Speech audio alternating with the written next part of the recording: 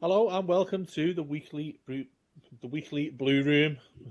It wasn't like I was cocking that one up. Anyway, it is me, Dave Downey, with you. It's Rob Vader and it is Ryan Reynolds, and this is a continental show this week that we're going to discuss, and not only Everton alone, because there's enough misery to talk about with that. 17 days away, lads. But me beforehand, I know Rob was busy.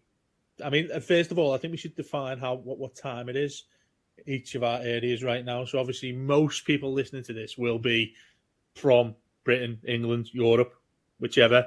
It is 20 past 6 at night here. Rob, what time is it where you are? It is lunchtime here, buddy. It's 21 past noon right now on So Friday, you're 6 hours behind me, and right? Ryan, you're at ridiculous o'clock down under, aren't you?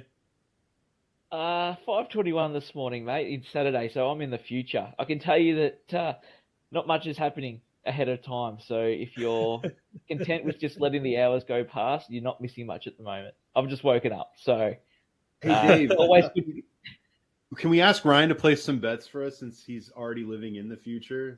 Or no, you can place some bets for us, Dave, but Ryan can tell us what to bet on because you probably know who wins this Netherlands game. It's already happened, right? Is this how the time change thing works? I can't tell.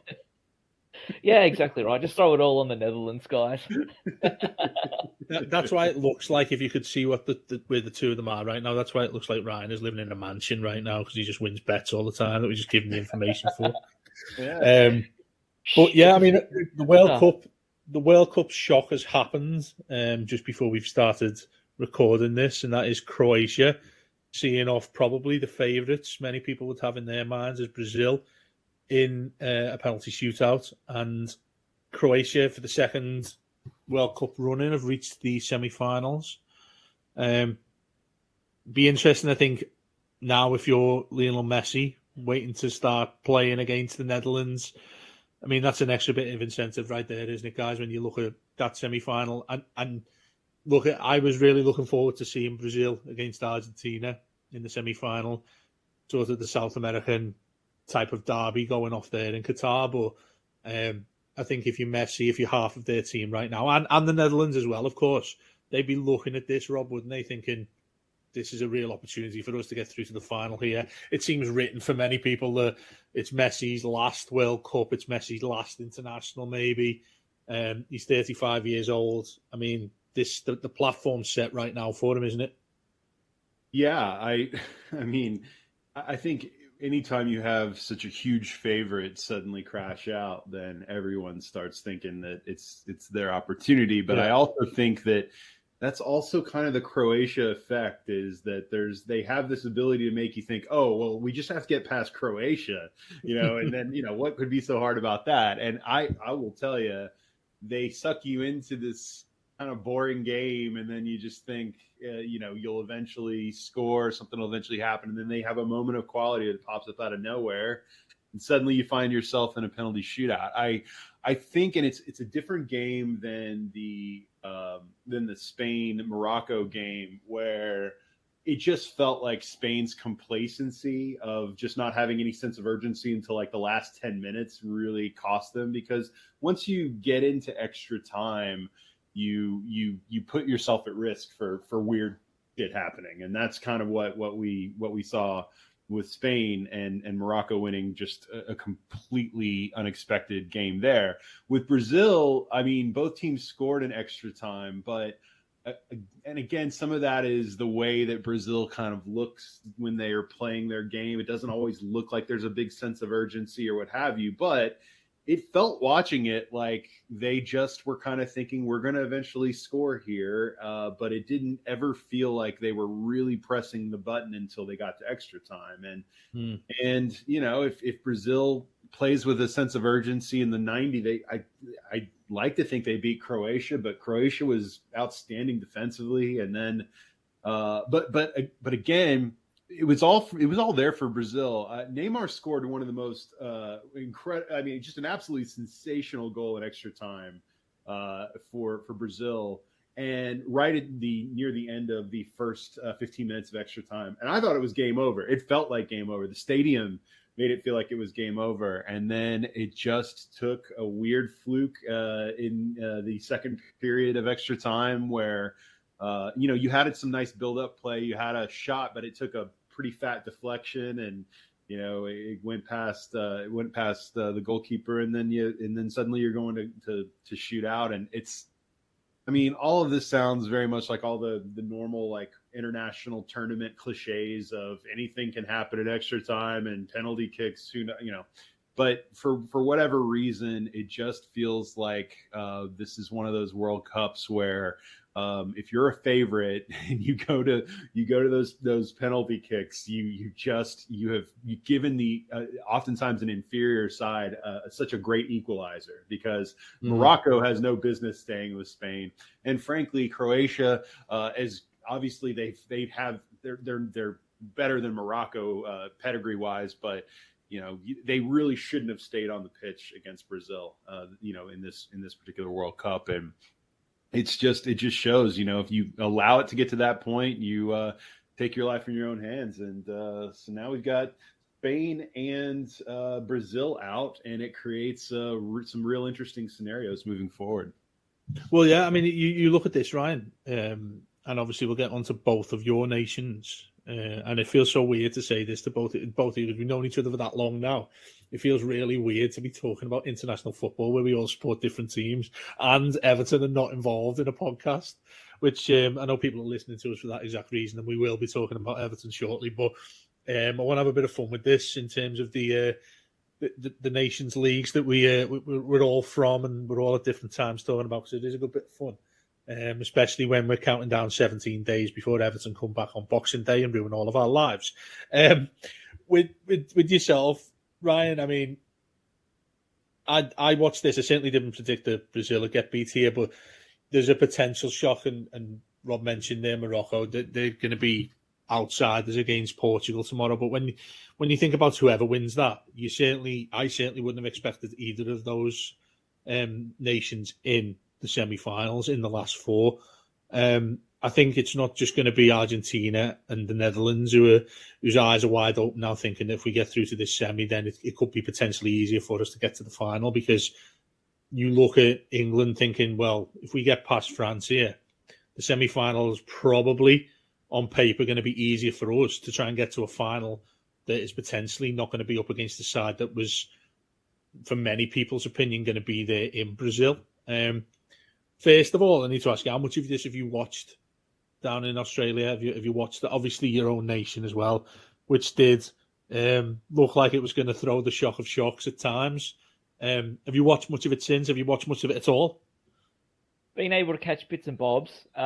It's helped that during the group stage, the games are on at 9 o'clock in the evening, and then 6 a.m. in the morning with a couple sort of, I think it was like 1 a.m. and 3 a.m. or something like that. So was able to catch the early game and the late game at night. But now that it's starting to get to these 2 a.m. kickoffs, my will to set an alarm's dropped a little bit. I will for the final though, and I think the next round of games are all 6 a.m. So it works out well to see the pointy end of the tournament. But I might let you in on a little theory I've got, Dave. Go on. And so the last time Australia made the round of 16, we got knocked out by Italy, and this time we got knocked out by Argentina. So if I'm a betting man, and I'm a betting man, it's Argentina's tournament to lose now that Brazil's knocked out. It's not beyond the realms of possibility, because you probably say now Brazil out. In terms of, again, the betting markets would say the France are now the favourites, I would suggest. And then it'd probably go Argentina, then England, and then the outsiders being Portugal and Morocco, and that's it then. I don't know. The tournament itself's impressed me a lot more than I thought it would, because initially I was not for it whatsoever. Not only with the issues that with it being at a place like Qatar, and the issues that go on there, but also given that it's in the middle of winter, given that the Premier League season's been put on hold, as opposed to turn this to the Everton type of question to ask both of you, do you feel that this is and obviously time will tell when the Premier League comes back on Boxing Day, but have you felt that this was a good time for us to take stock of what's going on with our football club after those horrendous defeats at Bournemouth? Or do you think they preferred us to carry on here? I'm tending now, because I have enjoyed the World Cup, which I'm not scared to admit, but I don't really like saying that for many different reasons. But I'm at the point where I'm thinking, well, us missing 4 or 5, well, effectively 7 weeks, isn't it, by the time we get back? Getting players back fit. We didn't have a lot of players. Got 4 players sent over to Qatar to play. 2 of them are still there. The other 2 are back already in Onana and Idrissa Gueye. I'm looking at that now. One of them being a goalkeeper shouldn't be too difficult for him to get back into. He's going to have a bit of a break when he gets back, but I would expect him still to be the goalkeeper against Wolves on Boxing Day, and Cody's out anyway because it is Wolves and we loan him from there. I'm looking at it thinking, do you know what? If I trusted Everton in any way, shape or form, we should be a club that can hit the ground in a lot better state than many other Premier League clubs. Sure.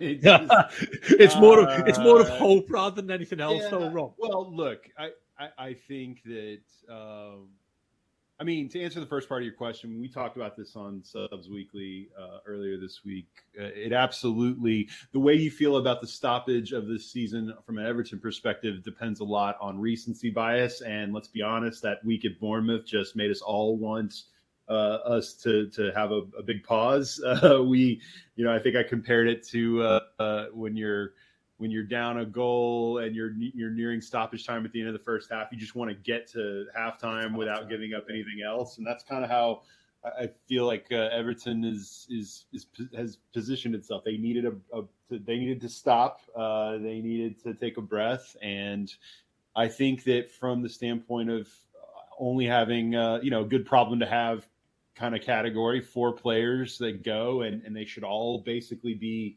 back and ready to hit the ground running. I mean, yeah, that undoubtedly is a good thing. Now, can Everton take advantage of some of that? I think the idea is that they're going to have less continuity issues than some other sides that may have more players gone, but I don't know. I think that for me, I'm kind of now shifting into that mode where I'm waiting to hear about what we're doing recruitment wise.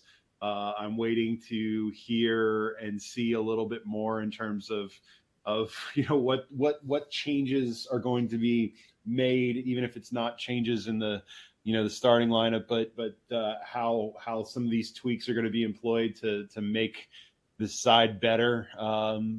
There's just a lot that's unanswered that we won't know until we actually start playing games again. So while I would like to predict that having fewer players missing because of how things have developed at the World Cup would benefit us, I think it would also be naive to ignore that we had all those players with us before we broke for the World Cup, and we've got some major issues that we've got to deal with.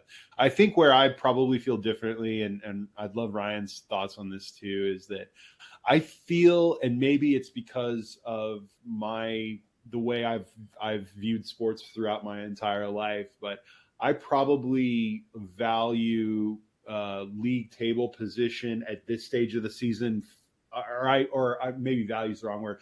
I freak out about table position at this point in the season far less than many of my counterparts do over in your neck of the woods, Dave, just because no one wants to be in 16th place or 15th place or 17th place. No one wants that. But when you have played less than 40% of the season, it's still a little hard for me to totally freak out about it, because the sheer mathematics of this is that we are, in a very tightly congested table, and there's such a long way to go.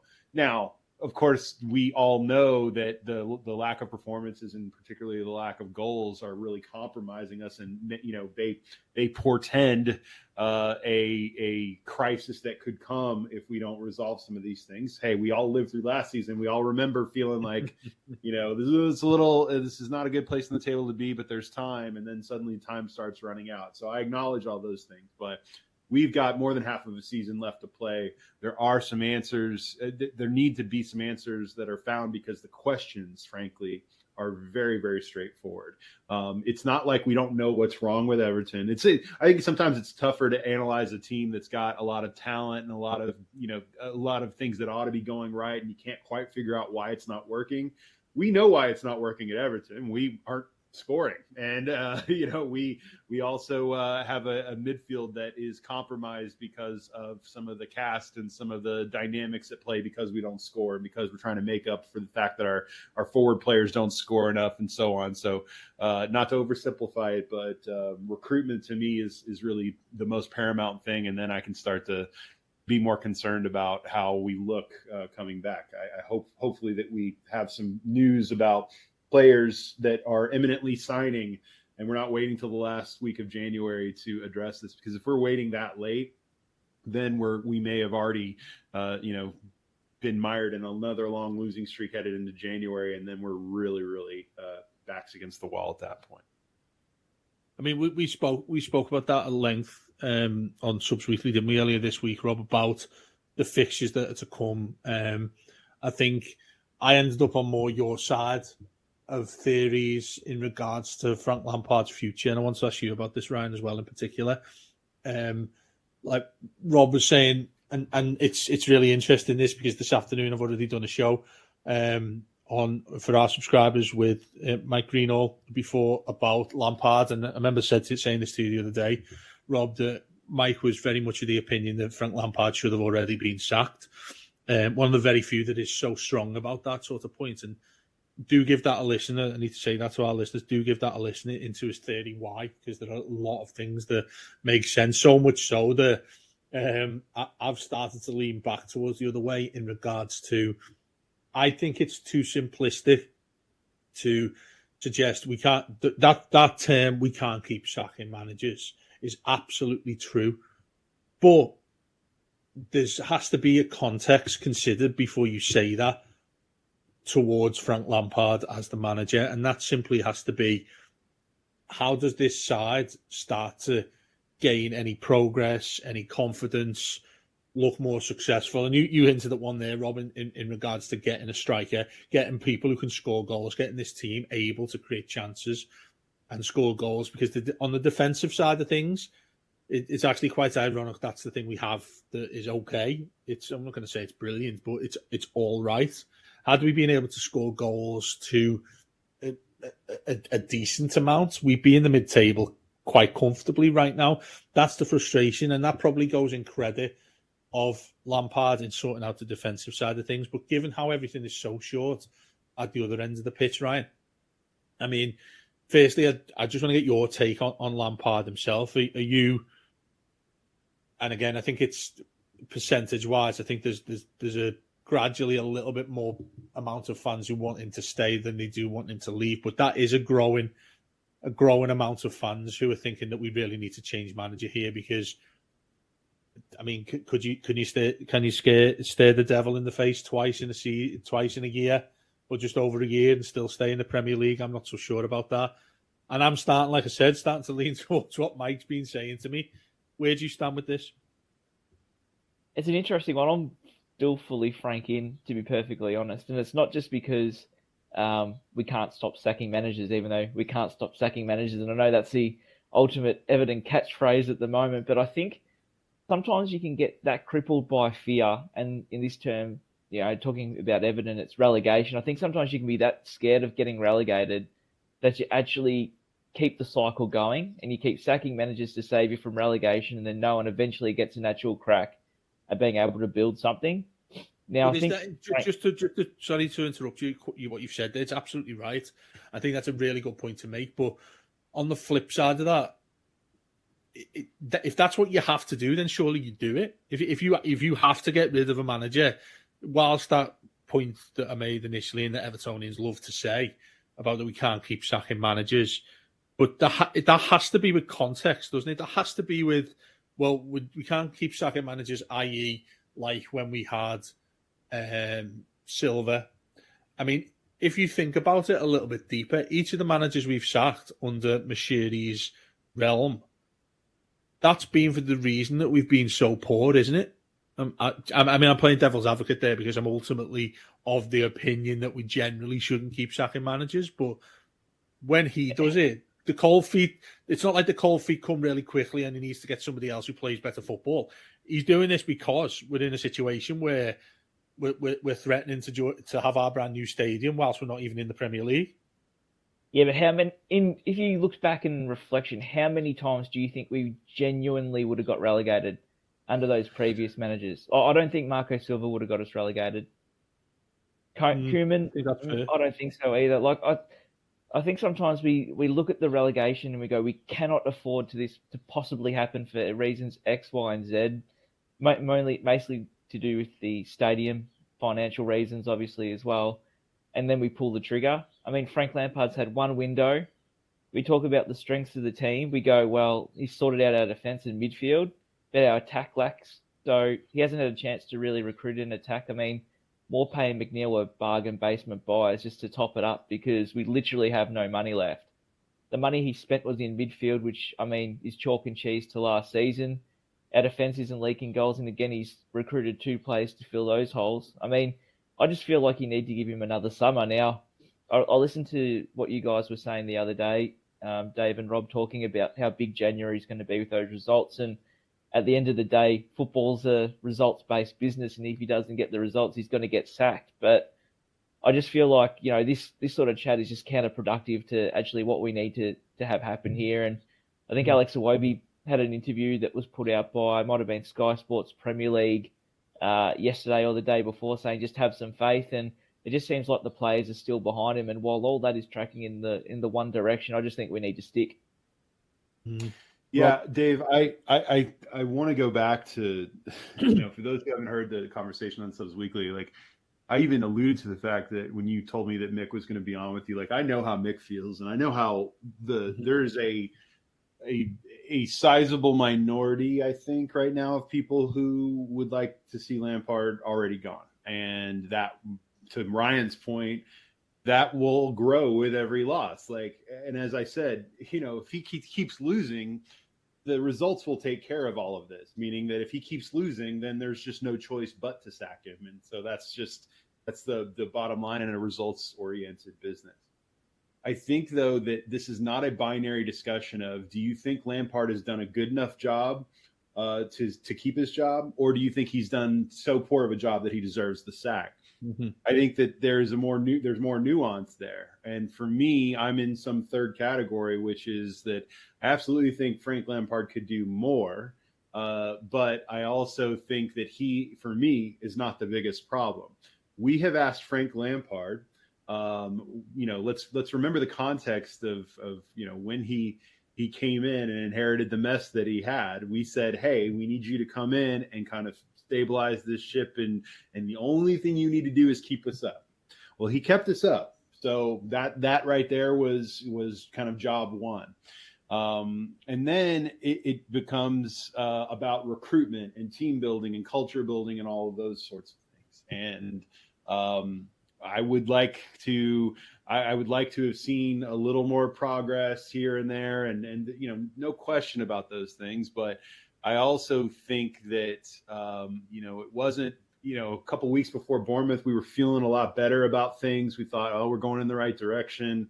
You know, I remember when I was over, we beat West Ham, and we're going into an international break, and I think we had like 6 or 7 unbeaten, and you just, you know, you're going to go through these streaks, and it's about, you know, can you hold your medal a little bit during some of these shaky times.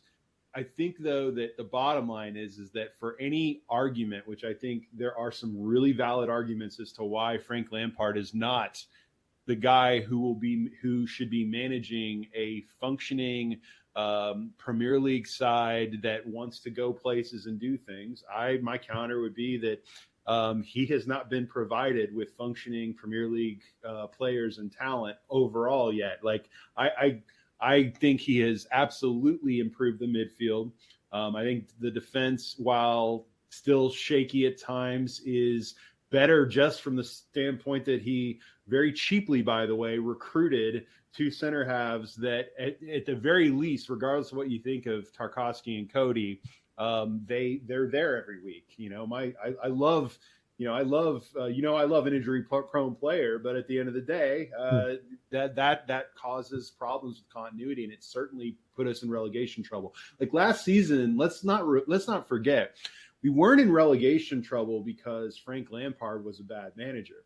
We were in relegation trouble because we had our core star players miss large chunks of the season. And when you are Everton and you do not have incredible depth, you have to have your best players be available and playing.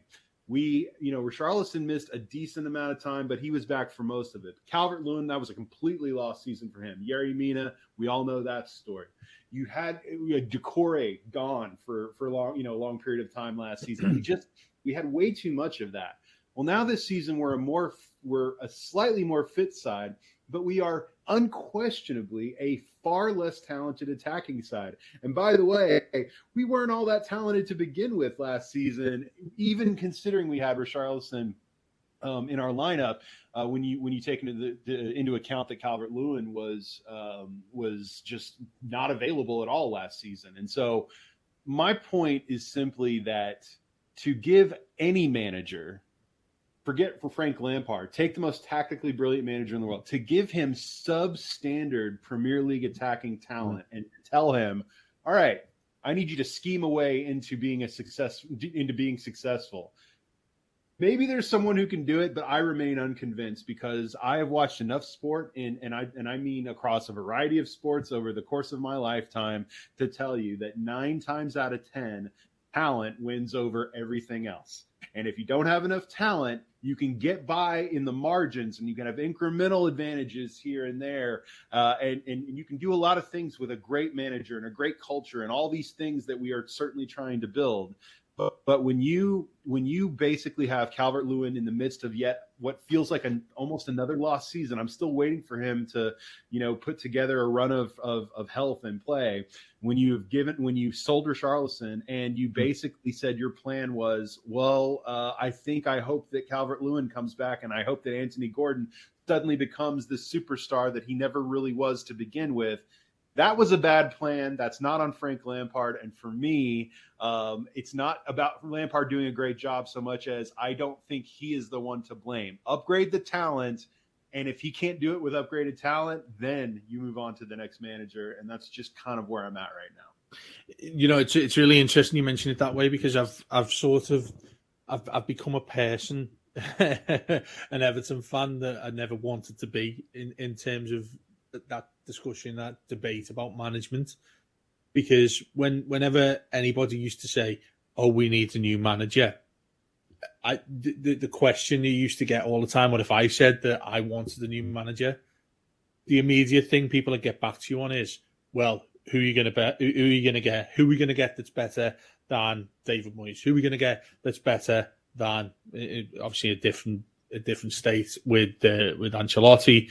Who are we going to get that's better than giving Duncan Ferguson the job permanently? And when you suggest whatever manager it is that came to mind, other fans are so convinced that that is the wrong manager that we should get, that they want the one that was still there. Now, when I'm at the other side of that now, when I'm thinking, well, like I said to you, I've more fallen towards what Mike Greenall was saying to me about the issue with Lampard as the manager. And that's with us, that we haven't even discussed it yet, the problem with the board and what's going on with that. Obviously a big part of what goes on at the club and the recruitment side of things as well, and how much money we'll have left to spend in January, blah, blah, blah. But when you get to a position now where I'm like, well, I don't think we're able to improve enough with Lampard to get us out of the trouble in a comfortable sense. Now, we might well be sitting here in 5 or 6 months' time talking to each other saying how amazing was that last night, keeping us in the Premier League by the skin of our teeth because we went away to, I don't know, we've got Leeds coming up maybe, I know towards the end of the season, and then we're playing against sides that look like they're going to be in a relegation battle. Like, the likes of Bournemouth, who seem to have got themselves together, by the way, but you look at Wolves themselves, you look at Nottingham Forest, Leicester look like they've started picking themselves up as well. But there'll be a general relegation battle. And the chances are, the way things look at the moment, that we'll be involved with that. I'm not trying to be too negative about that. That just looks like the way it's going to be. But when I didn't ask Mike this question, but for those who want Lampard gone, and for our listeners to this, do get in touch and let us know, who do you see that come in and do a better job of what they had? And this is exactly what you were hinting at, Rob. It's fine saying consistently, oh, we need to go and get this guy. I'm going to put all of my eggs in that basket, and I want us to go and get manager A, B, C over there. And I know for a fact that they're going to see us into a better position when we've consistently, for several years, like you've said, had a squad of players that we simply can't rely upon for whatever reason that may be, whether it be fitness, whether it be form, whether it be just actual talent. And then, you start to look at the fact there, Ryan, that you've seen them to firsthand, haven't you, since they've been over your way in the last few weeks. Do you look at that squad when you see these players involved in there? Do you look at it and think, do you know what? These lads just simply aren't good enough anyway to get any manager who's trying to get the best out of them. Go and put in, I'd love to see an experiment where you go and get the best manager in the world, whoever you think that is, whoever it is ranked, who the best manager of football is, comes in as the Everton boss. Are they able to get a tune out of everything we've seen from our squad? And I think the answer is no. I don't think it is possible. We had Carlos Ancelotti here. I mean, there's the perfect example. And he and had again, but you know what he had? He had a healthy Calvert-Lewin and Richarlison. And he had James Rodriguez, who was still world class at the time as well. So Ryan, I don't know that really is something you can rely upon. That if you were to say to me, I don't know, would you go and get Ancelotti? Say if you got Ancelotti back, do you think Everton would be any better than what they are right now? I don't think I can guarantee that at all. No, I don't think so. But the way I kind of look at Everton's squad at the moment, it's like a jigsaw puzzle, and you've got the jigsaw pieces. It's all out on the table, and you've got a clump here which is all together, a clump over there which is all together, and you're sort of working out the middle part. And I feel like defensively we've got a few good pieces together, and in the midfield we've got a nice big chunk together with Onana and Gay and Garner and whoever else is going to fit into that piece. And then you look at the attacking little area and all the pieces are everywhere and you're sort of jumbling them all together. And I feel if we can get a couple of signings, the puzzle becomes a lot clearer, because when the ball's going into the attacking third and you've got players that are better on the ball, they've got some attacking flair, it takes the pressure off the midfield and defence. So instantly your defensive numbers are going to improve because we've got the ball a bit more and we're not going to be facing as many shots on goal. And our midfield isn't going to feel as much pressure, because if we're not going to be turning the ball over high up in the pitch in our final third, they're not going to have to do as much defending either. And maybe they can sit back and help in the feed up play, the build up play, which again makes us look a little bit more dangerous. And I just feel like we're two or three attackers away from actually having this final squad looking somewhat decent. I wouldn't say it's going to be world beaters or anything, but a decent squad. And, if we can sort that out in January, I'm pretty confident that everything turns slightly more positive. And I think opinions on Frank Lampard changes. It's just the key thing is to bring some fresh faces in, because at the moment we're looking at too many cogs turning and they're not joined at the moment. Yeah. If Calvert-Lewin were the Calvert-Lewin of 2 years ago, I don't think we're having some of the discussions. And I think we're probably still not a great scoring side, but we at least have some kind of reliable finishing in the side. We don't have any of that. Neil Maupay, I mean, Dave, I know how you feel about Neil Maupay. Neil Maupay is a fine spare part backup player that you don't ever want to have to overly rely on. But he is what he is. And we are, Calvert-Lewin's fitness has really compromised everything that we probably had planned to do. And it compromises it from the standpoint of him not being able to play well enough to get the move he wants and for us to collect the money from that move that we want. And, it messes up a lot of different things. We have so few sellable assets in this squad as well, too. Like Richarlison was kind of the big chip that we could play. I think I would challenge people on a few kind of uncomfortable questions, which is one, who are our big, assets in this squad right now in terms of guys you could pick up the phone today to a top 6 side and say, give us a truckload of money for. Not as there aren't that many. Anthony Gordon, we thought Anthony Gordon was going to be the one at the start of the season. You wouldn't often say that now, would you? You would not say that now. Yeah, Gordon has done nothing but tank his value since the window's shut, which is why we should have sold him to begin with. But again, I know we don't know the exact number they were offering, but let me just safely say that I would rather have that money and have replaced him with a more proven commodity by now. Or in the window before the window shut. Onana obviously is, but we just bought him. Jordan Pickford is probably the next domino to fall at some point because, as soon as there's a vacancy on a top 6 side, a goalkeeper, I mean, he's such an obvious choice and we should be demanding plenty of money for him. But all that said is, we are a team that has a little bit of raw young talent that you can be excited about and a lot of like journeyman spare part types and a lot of, masking tape trying to keep things together.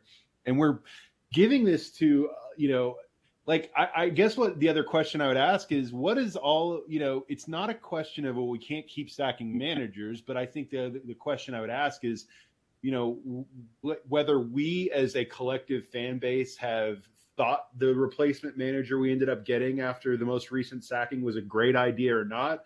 We've been wrong. We've just been wrong most of those times. And and I'm wondering what has changing the manager without changing the underlying talent issues in the squad really done.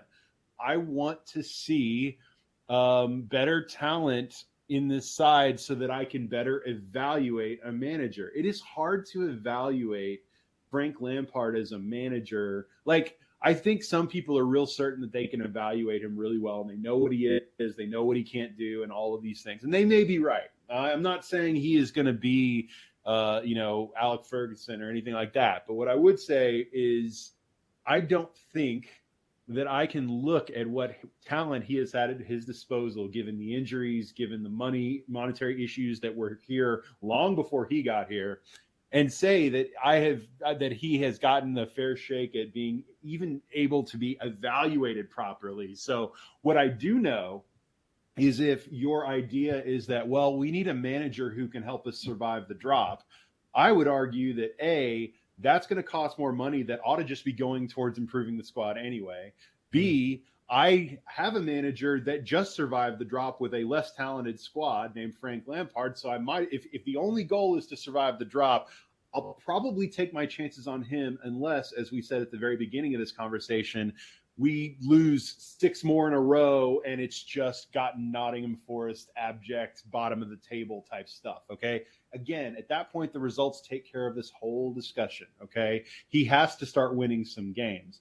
But in general, I think that and Ryan touched on this before, it's about kind of holding you're holding your medal and not losing your cool. It's like, if you've gone overboard, you don't want to like claw at 3 other people trying to stay above water and then everyone drowns. I mean, I think we overreact to a 3 or 4 game winless period a little more because of the sins of the past, right? Like, I think that if Frank Lampard was the manager and the record was exactly the same, but 2 seasons ago we'd had a pretty good season or something like that, or 3 seasons ago, whatever.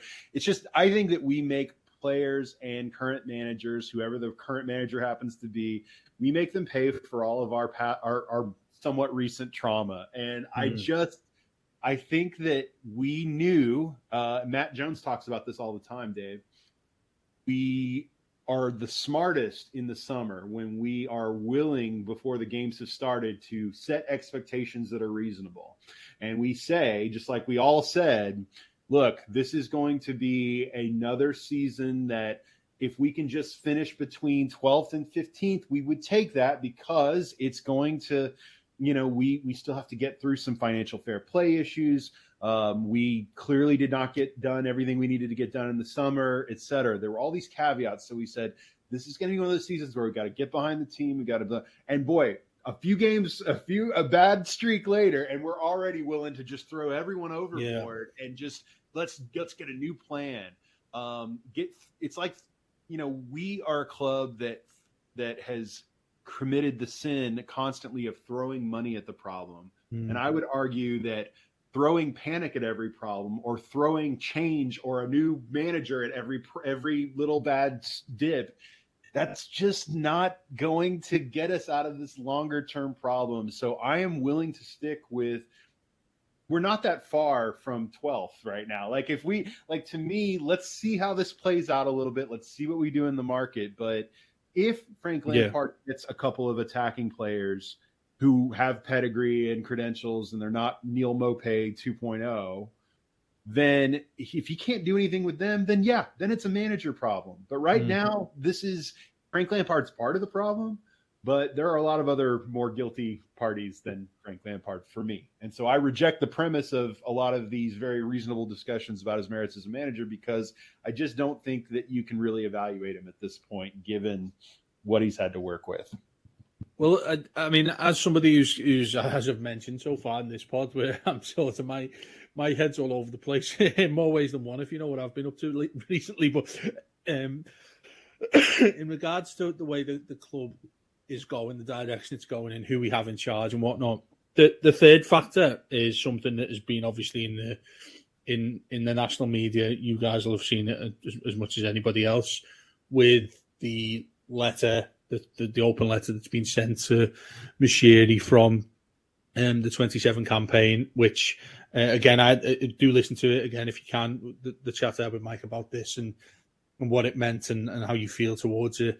I'm largely in support of football fans being able to express their views towards the club and the way in which it's ran, the way in which it has been ran for many, many years.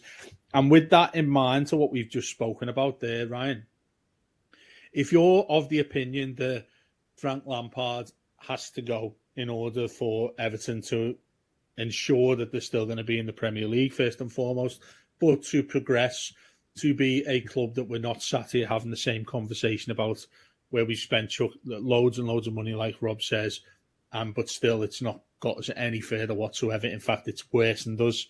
It's another one of the famous ancient cliches, being Everton fans, that we're probably the only club that could get $500 million worth of money to spend and make the club look even worse. All of that stuff, that's the way we've been for so many years. But to add that third factor into that, if you want Lampard gone, you have to be willing to accept that you're not the fan, you're not the group of fans, you aren't the people who are going to be choosing what manager comes in for him. And immediately when that's put forward to me as a fan, I think the alarm bells are immediately ringing to think, hang on, this is a board, this is an owner that's gone through, 6, 7 managers, if you include caretaker managers over the years since he's owned the club, that has been happy to willy-nilly just change managers. And a lot of people are saying, well, okay, he's right on this occasion. Let's go along with that. Do you trust him and everybody else who works alongside him at boardroom level to get a manager that they can trust, that we can trust, that will ultimately come to the state of Everton being okay? And I'm just saying okay. I'm not saying even finishing mid-table. I'm saying okay as being a Premier League football club here, because that's what's at stake. That's what things are all about right now, is keeping Everton in the Premier League. That's the priority when the fun and games of the World Cup that we've discussed and how interesting it's been and whatnot. When we come back on Boxing Day and we're all looking at each other, probably hungover from our Christmas dinners and whatnot and a few drinks, and we're all looking at each other thinking, hang on, why am I watching this when I'm hungover on a Boxing Day, given the fact that we're all in different places in the planet right now? But when I'm looking at that, I'm thinking, you want this changing, you want these things fixed. Well, how can you then say that? You've got to have a pretty low opinion of Frank Lampard and his staff to say, okay, Farhad, go and get us somebody else, because what work they've done collectively and consistently has been as bad as anything any other manager could have possibly done as the manager of Everton Football Club, because the constant changes that have happened, the constant money that's been wasted, these still remain the people. They're the constant that remains, that they're the ones who have to make the decisions if we were happy to get rid of a manager. Do you get what I mean? So I think we're in a situation where, be careful what you wish for is an old cliche, but I think it rings very strongly when you're an Everton fan to say, get rid of a manager, we need somebody else in, because you are giving the reins to somebody you don't trust about a load of different things. So what I would suggest is, like Wells has said, that whilst these the letters being written towards Farhad Mashiri and the board and saying that we want Bill Kenwright out, these, again, I'm in full support of that. They're opinions that I would agree with, and fair play to them for actually caring as much as to go as far as they have. We'll be talking a lot more about it up till Christmas as well, whilst this sort of thing continues. Whilst you're doing that, you know, there'll be fans there who've made that decision, decided to sign that letter, decided to support it, decided to be one of the fans, of the several fans who decided to leave when we were playing Arsenal that night last year, as a boycott to show their dismay with Everton. Whilst that is the case, you have to accept that if you're still a fan that wants their manager sacking right now, you still have to put your faith in them. And look, maybe that's the reason why many of them are doing it. Maybe that's the reason why, because we've got a board and an owner who can't make decent decisions, consistent decisions, and decisions that we can all support. Because whoever they were to go and get as manager, there'd be an issue with that as well. We're a very most fans are in general, aren't they? It's fickle as it gets, is football. But at the same time, it doesn't give Everton any sort of positive moves if we're giving the keys to both the board, both the owner, to say, do us a favour, guys, get rid of Frank Lampard and fix it up and get somebody decent in. Add to that as well, just to this really long question I'm asking you, Ryan, the players we have, the squad we have, and the lack of funds we probably have to go and address this in January simply aren't there. The players aren't there. Do you go as far as to say, get rid of this guy because somebody else that comes in can do miles better than Frank Lampard? Because that, again, doesn't completely convince me that Everton Football Club and its owners are able to go and do that. Well, I wouldn't trust the owner to be doing anything football related, to be perfectly honest. And the one person I have trust for, I don't really know anything about, and that's Kevin Thelwell, because, you know, like Frank Lampard, is that trust, or is that simply just blind faith? Because this is one of the rare individuals there who hasn't done anything wrong in theory yet. Well, I think he's got enough runs on the board, you know, at other clubs to have a certain level of trust. Yeah. And then you hear what's sort of spoken about at the under 18 and the under 21 level when he sort of worked through the academy system, and we're starting to bear the fruits of that now. So I think, you know, we haven't seen him have a massive impact on the first team yet, but I don't think he's done enough for me to have any doubts over him. The only question is we don't really know much about him. We see what Frank Lampard puts on the pitch. Is that an approach that they've both agreed on? Is that his philosophy for what he wants this football club to play? I don't know. We haven't seen enough of him for long enough to know. And, you know, when we do go on this manager hunt, if we went on a manager hunt, I should say, I'm talking like I've already sacked Frank, you've turned me, Dave. But, you know, if we were, are we looking for someone similar that plays a similar philosophy, or are we going to go down another route again? I don't know. And, you know, Farhad Mashiri, we haven't seen him since, what was it, October last year? Yeah. At the ground. No AGM either. Yeah, what impact's he having on the club right now? Is he just the silent owner, or is he working in the background? I mean, I'm assuming he doesn't have any say. So, you know, if it comes to the manager, does he stick his head in again? Probably, because he loves the attention on himself. So, it's a really messy situation going forward.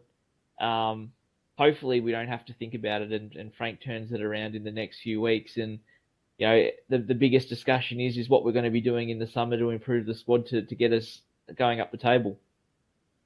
Rob? I think I may have forgotten the question, Dave. It was no. Sorry. What I meant from what Ryan said there, to sort of, I don't know, extend what I was talking about here with what goes on at this football club. I mean, do you think we need to simply be told, and this probably fits onto what the 27 campaigner want to see from the football club, is clarification, is knowing, okay, we've got Thelwell in. We know that this is a guy who's got a really good CV. He knows how to do these things like Ryan's mentioned there. Are you confident to say, or do we simply have to make this up as fans ourselves because we're not given the transparency that we need to know from, look at that player that's doing really well for us there, the Frank Lampard's decided to start in the midfield. Is that Frank Lampard signing? Is it? Yeah, that stuff has preceded Frank. I mean, massively. It's been there for years. Our weird addiction to like who gets credit and who gets blame is been the most. I mean, it's like we don't have any actual football to really get excited about, and so we've made a game out of the political theater behind the scenes and like who's to blame and who gets credit. Look, the bottom line too is that losing has this effect of making everything feel like it's lasting a lot longer.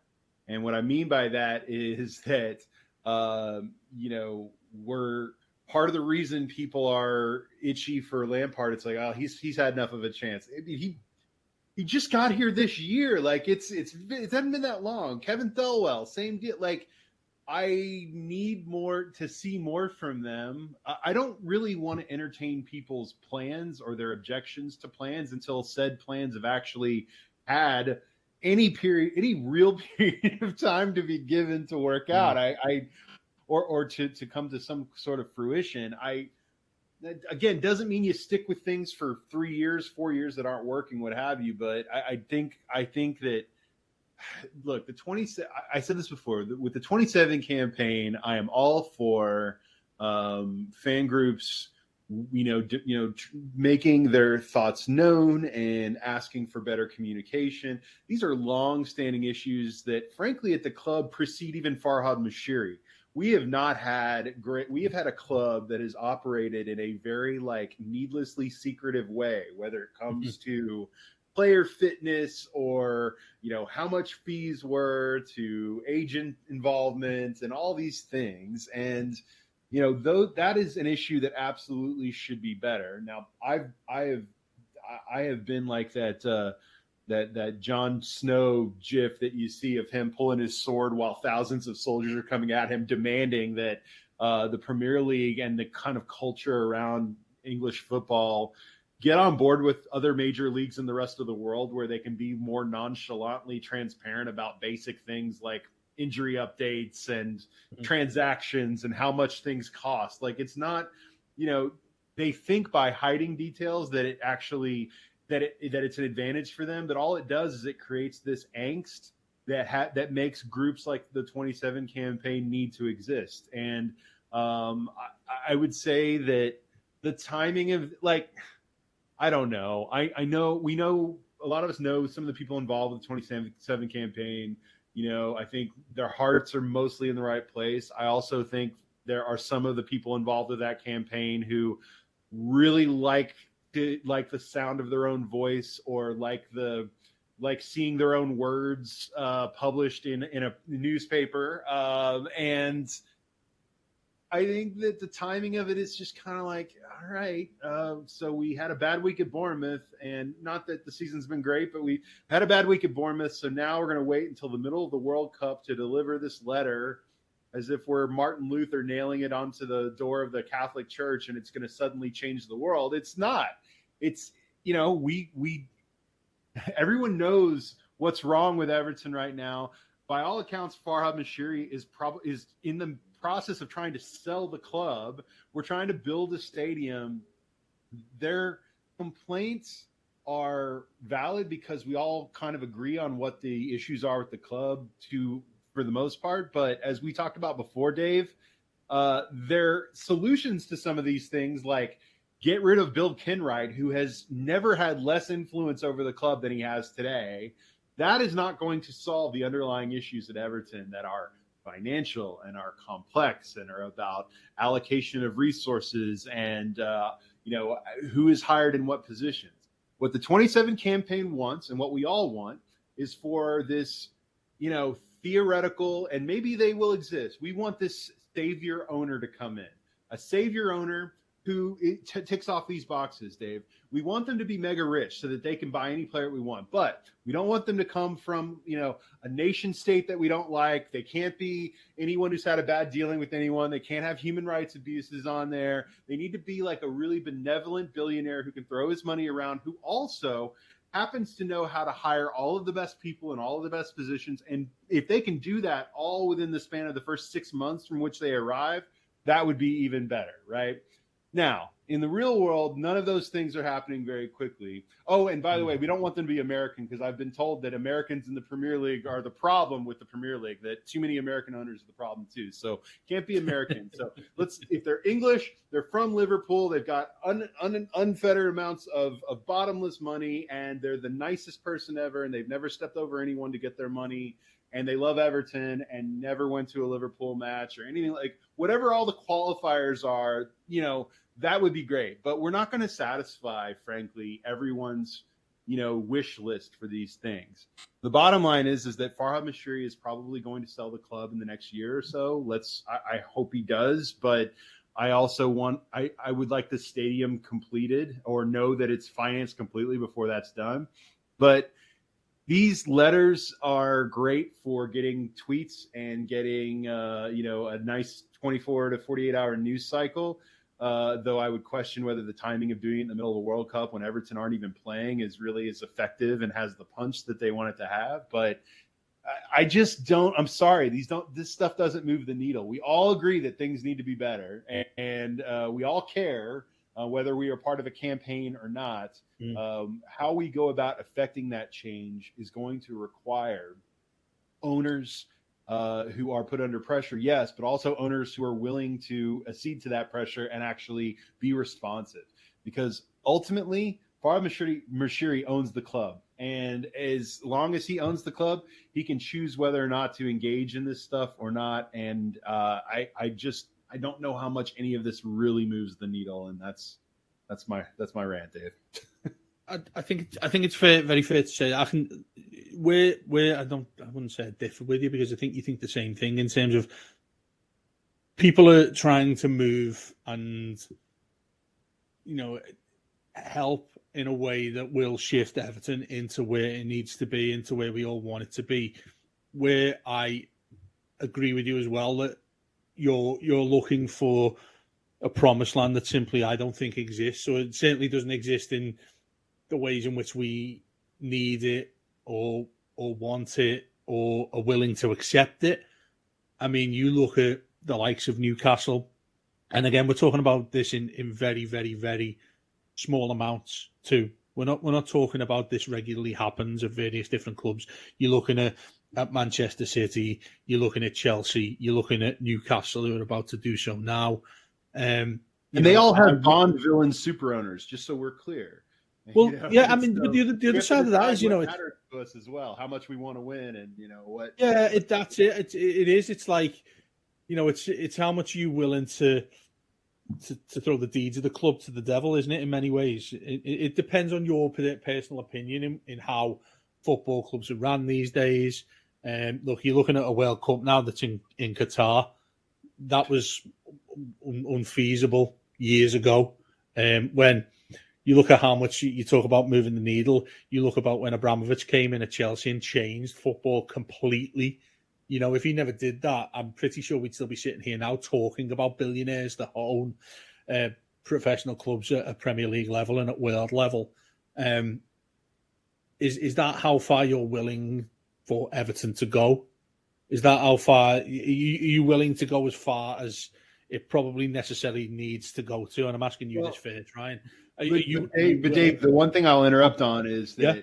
before you can walk, you have to crawl. And before we start, a lot of these complaints are addressed and the solution of complaints is, we need someone who can come in and just knock it out of the park and everything be great. And, it ignores the real pain and process that building something that lasts actually takes.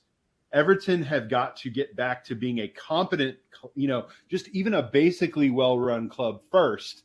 And then we can start talking about ambition. I think that we talk as if we are entitled to ambition and we are entitled to winning. And that's just not how it works. I would love, I get that your parents and your grandparents got to enjoy so much Everton success.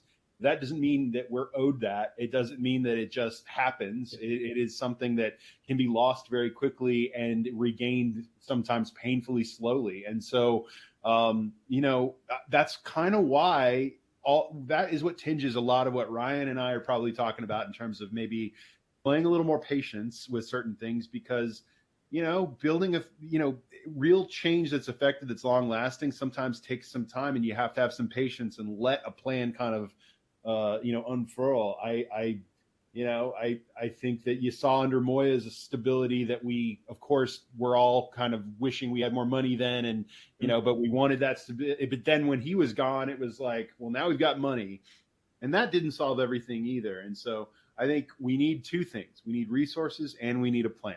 But while we don't have great resources right now, we will have better resources as we get some bad contracts off the list. We will have better opportunities with the stadium opening up.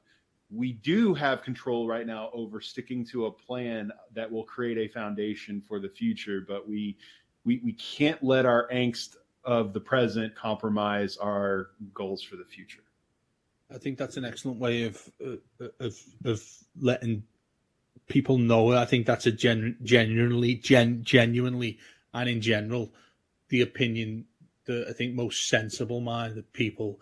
Of course, every club doesn't always have those as well. I'm not asking you for that for any reason, Ryan, but what I wanted to put across your way was, and sort of to end the pod, really, every single person, every single football fan in general, again, have their own threshold in what they'd be happy to see happen at their football club for a price that they'd be happy to pay.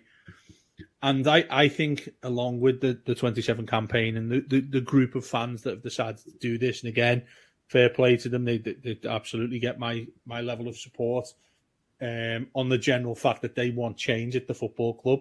Absolutely, I'm with that.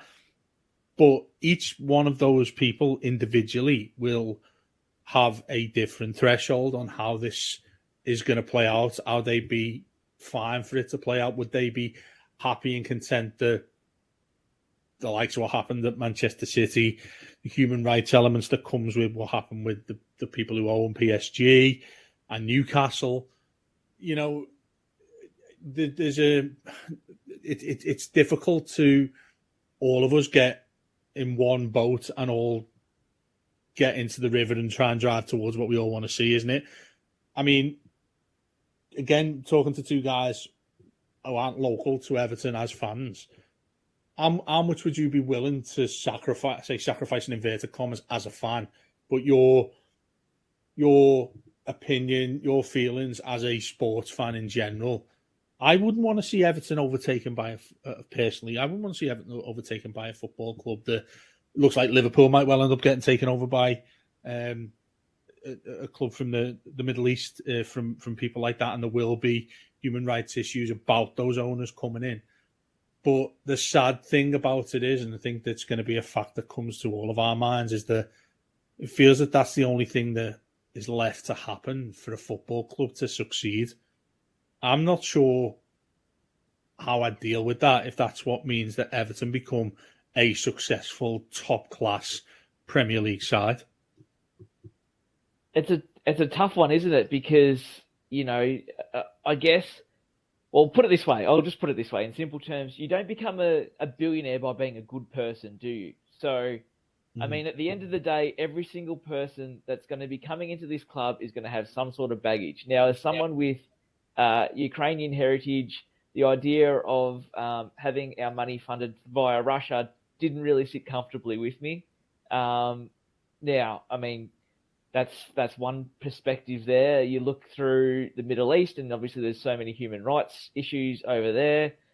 You go to America, and the Americans that we were linked with have the Rob, you could probably speak to it a bit better than me, but the MAGA campaign and all of that sort of stuff, and the support, the ties to the far right, yeah. So, I just you're in dreamland if you actually think that someone's going to be coming in, and that's why I was sort of smirking when Rob was talking about his point of this true blue dinky die owner that's got a heart of gold and gives to charity and all that sort of stuff. It's just not going to happen. So I mean, I think we're going to get to the point eventually where you're going to have to accept that we're going to be owned by a probably pretty bad person or a group of people, and our club will succeed or have some form of success, or you walk away and go, well, my values. I'm not in it for this. Yeah, you simply just cut ties with football. Full stop. You just cut ties. Yeah. Now, I mean, that's easier said than done, isn't it? Because you've invested your life into the club, and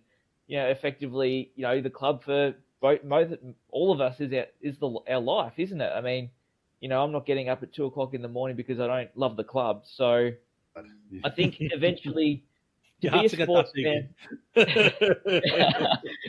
it's my ultimate dick measuring, isn't it? I just like, well, I get up at 2 a.m. What do you guys do? Yeah, exactly right. Dave hops in an Uber and goes to the ground. Well done, mate. Yeah, I'm joking, Dave. But I think to more to the point that in the future you can't be a sports fan and then have to worry about what's happening in the ownership. I think eventually it's going to get to the point where every single sport that we've got is going to be owned by bad people, and you're just going to have to suck it up if you want to watch sport or support a team. Yeah. Well, and Dave, the one thing I'll add to that is that a lot of the angst that we have about Everton is misplaced from the now. Don't get me wrong, but I mean, we've done plenty wrong that plenty of people have every right to be upset about. But I think a lot of the angst is somewhat misplaced from the standpoint that, frankly, what a lot of people are upset about is that Everton have not been good enough at succeeding in a sport run by borderline criminals. Okay. And that's just the truth.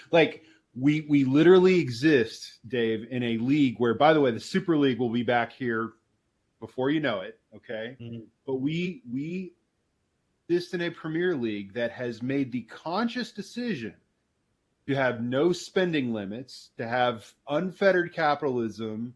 And I say this as someone who lives in the heart of capitalism on planet Earth, who has sports that are run in a socialist manner in order to create some kind of level of playing ground.